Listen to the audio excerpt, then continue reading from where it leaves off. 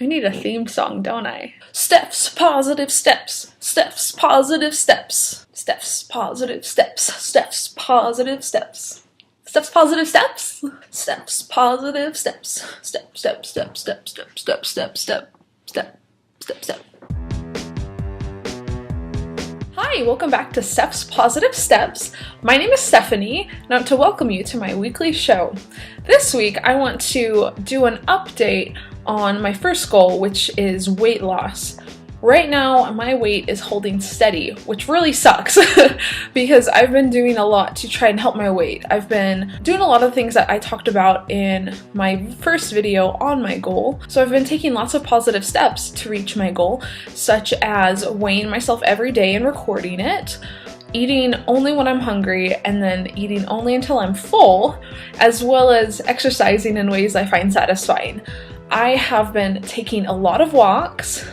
And I mean, some people say walking's like a good place to start. Some people think that you need to do things more intense than that. But walking is something I can do. I can go for an hour and listen to music and just really get lost in it and enjoy it. And so it's been very therapeutic for me. So that's been really good for me to have something to do that I actually enjoy doing other than sitting on the couch watching Netflix. So that's a good step for me. Something I haven't been doing that I could do that would probably help would be to continue tracking my nutrition online. I did that for about the first week or so, and then I got tired of it. It's really hard to accurately measure your food all the time and put it in a database, especially with other activities going on that are very time consuming. It's been really good for me to listen to my body's signals to find out when I'm actually hungry versus when I'm not actually hungry, and then to feel when I start to get full and then to stop there. Granted, I haven't been perfect with this. There have been some nights when I've been emotional, even after going on my walk with my earbuds in, that I've just wanted to eat to numb the pain of whatever I'm going through, which is terrible, but at least I acknowledge it and I'm working on that, and I'm sure many of you can relate to that. Just trying other things and being like, man, food is still my go-to drug, and if I eat till I'm stuffed, I won't feel anything anymore, which is a terrible thing, but it is what it is, and I'm trying to deal with that.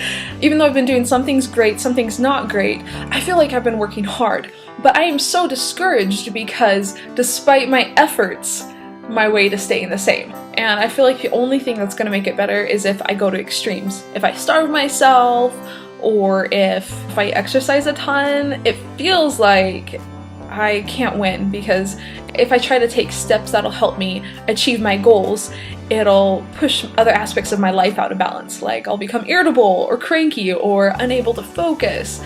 And in my line of work, focus and concentration is extremely important, as is patience and interpersonal communication, aka customer service.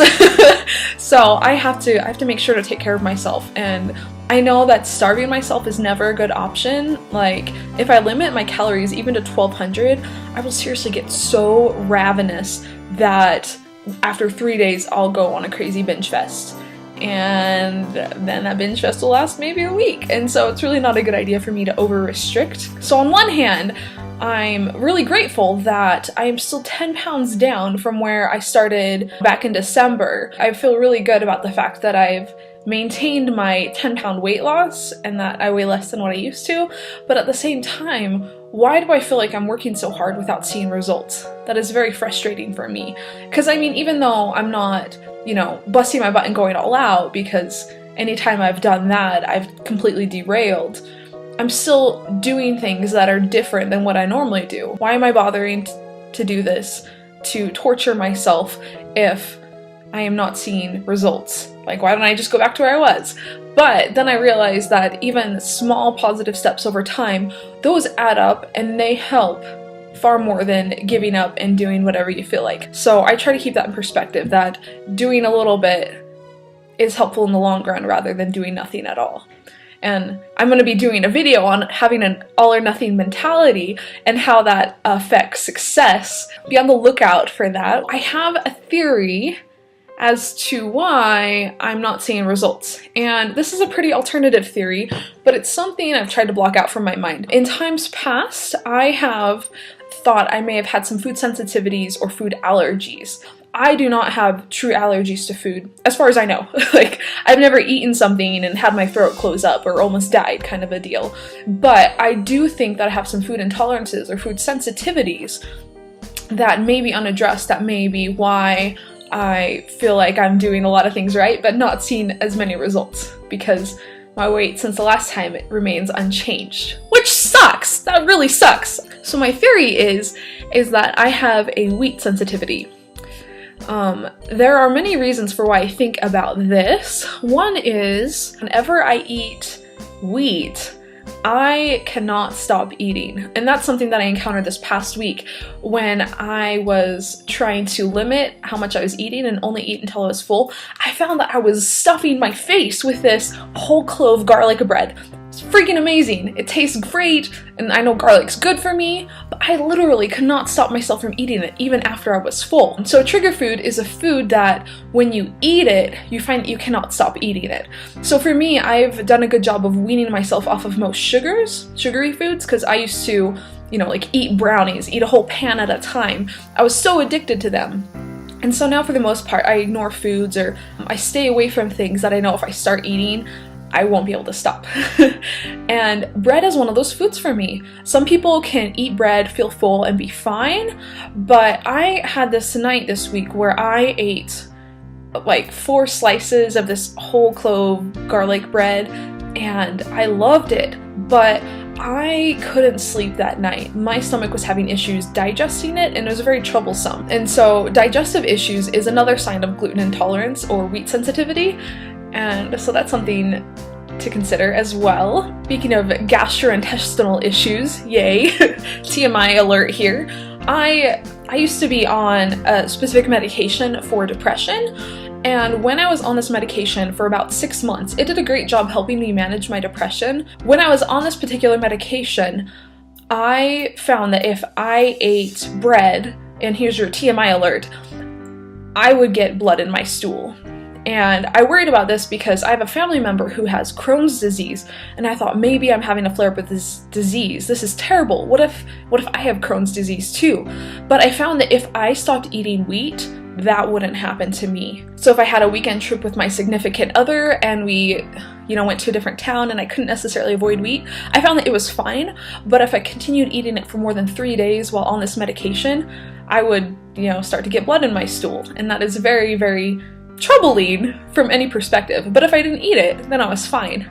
And even now, after having binged on bread, I noticed that my stools are a lot more infrequent and just basic constipation. Not stuff you want to really say online, but that's just how it affects me. And so I think it's probably a high possibility that I'm sensitive to wheat in its current form, and that sucks. But it's something I need to accept, and this could be affecting, my weight loss if my body's having a reaction to wheat because I'm eating too much of it, and, I won't be able to shed the weight. So my goal is to give up wheat for a couple of weeks and to see what happens. See if my weight changes, see if I feel better, see if my stools change. For the meantime, I'm gonna have to get creative though, because usually I eat bread to fill myself up. Like if I, eat a salad, then if I have a piece of toast, then I'll feel full. But if I just eat a salad and some fruit, then I feel hungry again pretty quickly. But I'm kind of wondering if the bread making me feel full is related to it not digesting well. So, okay, now that we're done with TMI time, I will let you know how my not eating wheat for a while experiment goes. Now, I want to talk about a few other little steps and tricks that I want to add into my mix of things, other than continuing to input what I eat online, or at least ballparking it, that way I know if I'm going over too many calories. I want to try to cook a meal every day. Sometimes I get lazy and I just want to go for the quick processed food, but we all know processed food isn't good for you. And even if you're eating the right amount of calories, your body has a harder time digesting it. And so it's good to lay off the processed food. So I want to cook a meal at home every day. I want to eat a salad every day, which I am currently pretty good at doing. Yay, go me, but I want to make sure that I'm actually doing that.